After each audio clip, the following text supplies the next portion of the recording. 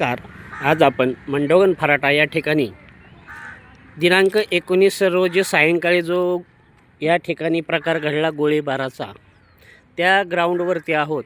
या ठिकाणी सर्व प्रकारच्या क्रिकेटच्या सामन्यांचं या ठिकाणी क्रिकेट ह्या खेळल्या जातात, सामने भरवले जातात आणि आयोजक हे याला चांगला प्रतिसाद देतात. तसेच अनेक जिल्ह्यातून या क्रिकेटच्या मैदानावरती अनेक जणांनी खूप काही आपले क्रिकेट ह्या चांगल्या प्रमाणात खेळून गेलेलेही काही खेळाडू या मांडोगन फराटा येथून गेलेले आहेत.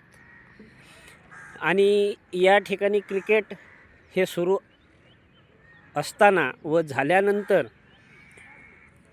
काही बॅनरवरती कोणाचा फोटो नाही आला, अशा किरकोळ कारणावरून मांडोगन फराटा येथे जो गोळीबार झाला, ज्या गोळीबाराचे आता सध्या मांडोगन फराटा येथे छावणीचं स्वरूप आलेलं आहे.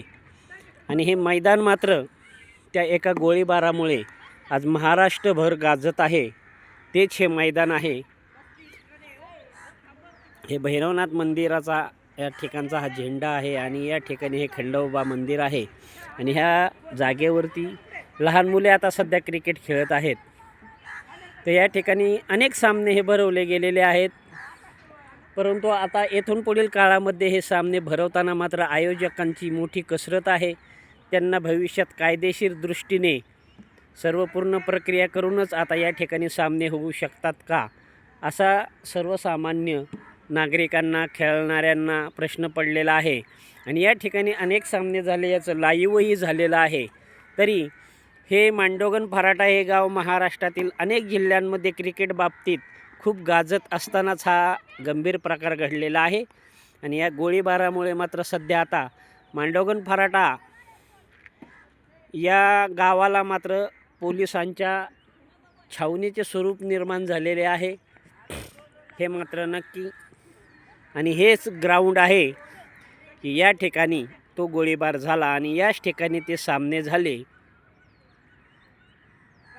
मांडोगन फराटा येथे जो प्रकार घडला त्याबद्दल मात्र गावामध्ये भीतीचे वातावरण आहे.